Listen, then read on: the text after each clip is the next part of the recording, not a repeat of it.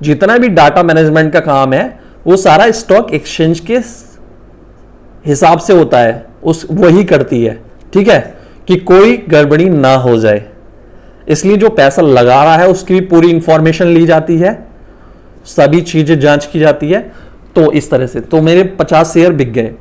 अब मान लो मेरी कंपनी को 1 साल हो गया, अब मेरा जो खाता बही है, जो इनकम टैक्स में मैं चीजें सबमिट करूंगा कि मेरी कंपनी ने कितना कमाया, कितना नुकसान हुआ, तो इनकम टैक्स में जो रिपोर्ट जाती है जब कंपनी की पूरी 1 साल की कमाई की, इनकम की, तो मान लो मुझे इनकम होगी, मुझे प्रॉफिट हो गया, हमने लगाया था 1 लाख रुपए, यानी 50,000 मैंने लगाया था, 50,000 इन्वेस्टर ने लगाया था, तो 1 लाख रुपए हमने लगा के कोई व्यापार स्टार्ट किया और उस व्यापार में हमें दुगना हो गया फायदा, यानी 1 लाख रुपए और फायदा हो गया।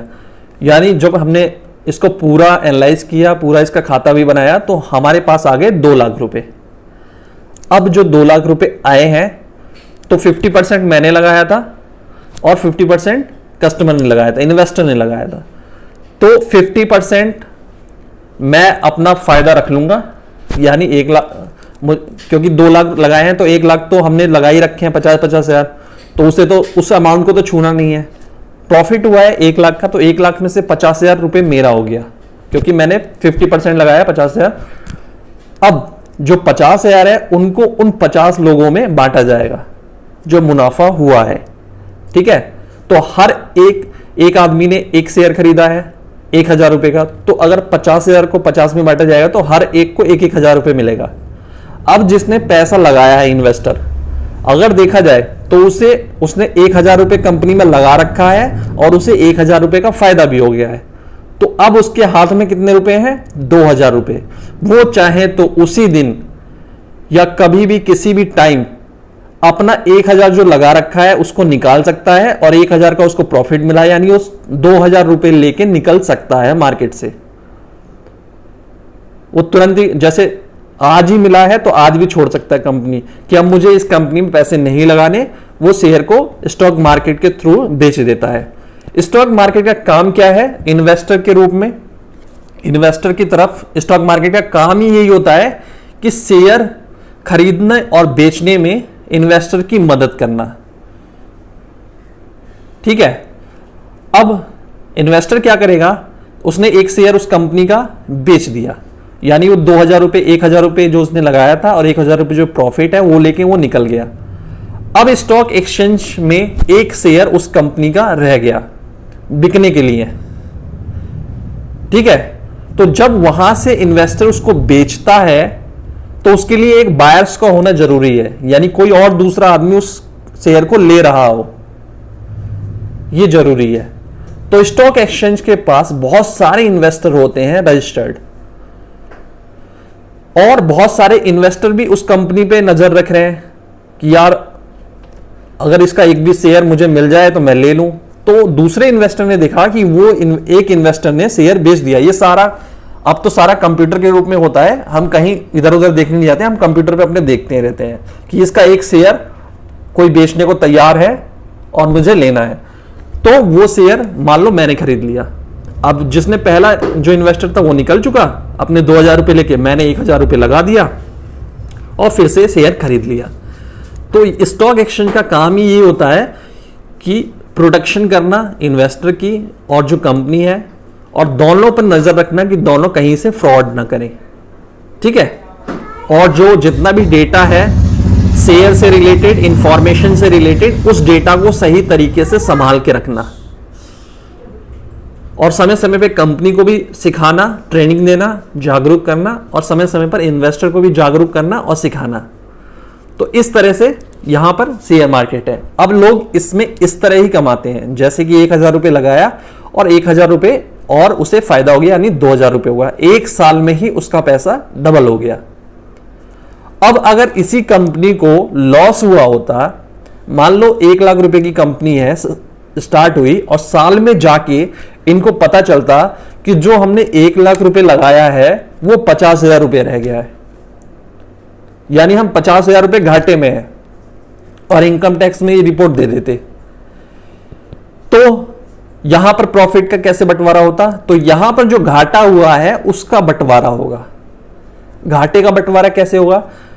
अब 50% मालिक ने लगाया है, 50% इन्वेस्टर ने लगाया है, तो 50,000 का घाटा हुआ, ठीक है, सीधा 50,000 का घाटा हो गया, क्योंकि 1 लाख रुपए लगाए थे और वो घट के रह गए 50,000, तो 25,000 घाटा सहन करेगा मालिक, जिसकी कंपनी को 50% लगाया है, तो आधा करेगा वो, और 25,000 50 लोगों में बटेगा, ठीक है। तो कितने रुपए आएंगे? हर एक 50 इन्वेस्टर को अगर देखा जाए तो हर एक आदमी को 500 रुपए का घाटा हुआ है। अब अगर आज वो बेच के निकलना चाहते हैं अपने शेयर को, तो उन्होंने कितना शुरू में लगाया था? 1,000 रुपए, लेकिन उनको 500 रुपए का घाटा हुआ है, तो उनके शेयर की वैल्यू कितनी रहेगी? 500 रुपए। तो 500 रुपए लेके कंपनी छोड़ सकते हैं, ठीक है। और किसी दूसरे को अगर खरीदना है, घाटे में भी बहुत लोग खरीदते हैं, तो 500 रुपए का वो शेयर खरीद लेगा और वो मार्केट में एंट्री कर लेगा।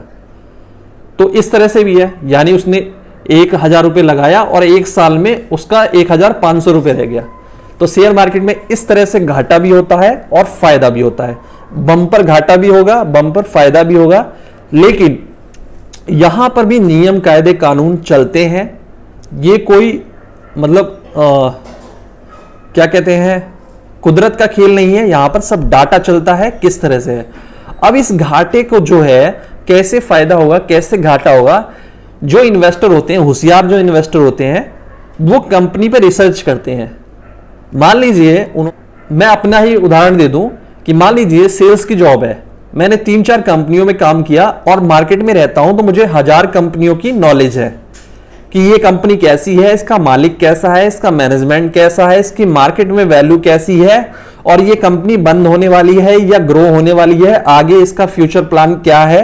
बहुत सारी चीजें हमें पता पड़ जाती हैं अगर हम उस कंपनी के बारे में और जानना चाहे तो मान लीजिए मुझे किसी ऐसी कंपनी के बारे में पता लगा कि यार ये कंपनी बिस्किट बनाती है, मान लीजिए इस टाइम पे, और मुझे पता लगा यार ये नमकीन की फैक्ट्री और डालने जा रही है, और ये नमकीन की फैक्ट्री और डालने जा रही है, और इन्होंने अमेरिका में एक नमकीन की फैक्ट्री और खरीदी है। तो अब मैं क्या आकलन करूंगा, यानी कंपनी इतना प्रॉफिट में चल रही है, इतनी अमीर है कि उसने इंडिया में एक नमकीन का बिजनेस और करने का सोच लिया, और इतना पैसा है कि एक कंपनी और खरीद ली, वो भी विदेश में। अब मैं तुरंत ही उस कंपनी में जाके शेयर खरीद लूंगा, चाहे उसका शेयर घाटे में हो उस समय जिस समय खरीदूंगा या फायदे में हो, मैं तुरंत खरीद लूंगा, क्योंकि मुझे पता है जब कंपनी के पास इतना पैसा है कि उसने एक फैक्ट्री से इतना पैसा कमा रही है कि उसने दूसरी फैक्ट्री भी ले ली और तीसरी भी ले ली, और मालिक भी अच्छा है, मैनेजमेंट भी अच्छा है, और कंपनी ग्रोथ करेगी, तो मैं उसमें तुरंत पैसा लगाऊंगा, क्योंकि मुझे पता है 1 साल में ये कंपनी भी कमाएगी, इसने जो दूसरी कंपनी ली है वो भी कमाएगी, और जो तीसरी कंपनी ली है वो भी कमाएगी, और इनके पास और भी प्लान होगा कि 1 साल में और भी कुछ खरीद सकते हैं, तो इनका जो शेयर प्राइस होगा वो बहुत बढ़ जाएगा। तो इस तरह से मैं इसमें आज तुरंत इन्वेस्ट कर दूंगा। तो ये होती है रिसर्च। इसी तरह से उनको जानना पड़ता है, रिसर्च करनी पड़ती है, क्योंकि सारी जो जानकारी है वो स्टॉक मार्केट आपको नहीं देता।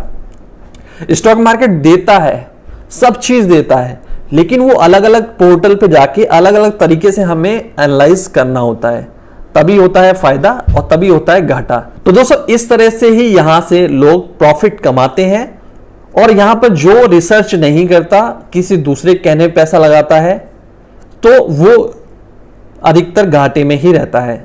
इस वीडियो में इतना ही। अगर आपको वीडियो अच्छा लगा है तो लाइक शेयर जरूर करें और हमारे चैनल को सब्सक्राइब जरूर करें। थैंक यू दोस्तों, मिलते हैं अगली बार एक और लेटेस्ट वीडियो के साथ।